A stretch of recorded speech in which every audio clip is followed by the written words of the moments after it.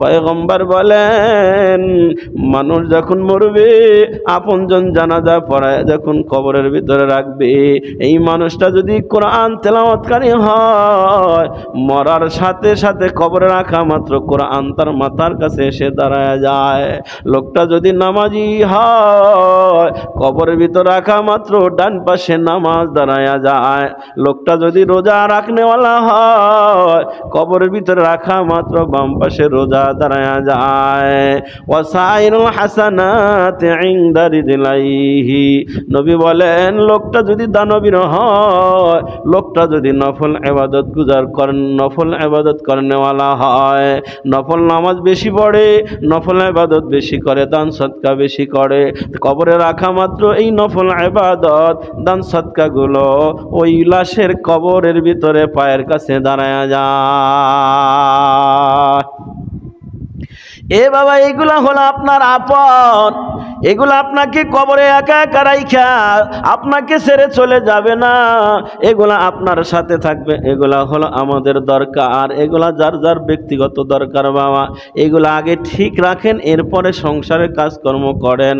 কারণ সংসারের কাজকর্ম এটা আপনার না, এটা হলো পরিবারের। আপনি মরবেন, সব আপনজনরা ভাগ বাটোয়ারা করে নিবে তাদের। আপনার হলো ইবাদত, আল্লাহর হুকুম মানবেন, এটা হলো আপনার নিজের।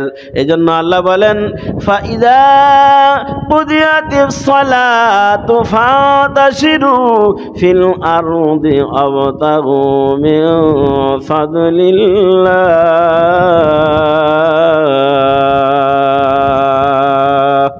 আল্লাহ আগের আয়াতে বললেন ইয়া আইয়ুহাল্লাযীনা আমানু ইযা নুদিয়া লিস-সালাতি মিন ইয়াউমিল জুমআ, জুমার নামাজের জন্য যখন তোমাদেরকে আহ্বান করা হয়, ফাসাউ ইলা যিকরিল্লাহ, তোমরা জুমার নামাজ আদায় করার জন্য দ্রুত চলে আসো। এরপরে আল্লাহ বলেন দ্রুত আসার পর, নামাজ আদায় করার পরে তোমাকে আল্লাহ বলেন না এই মসজিদে বসে বসে ইতিকাফ করো।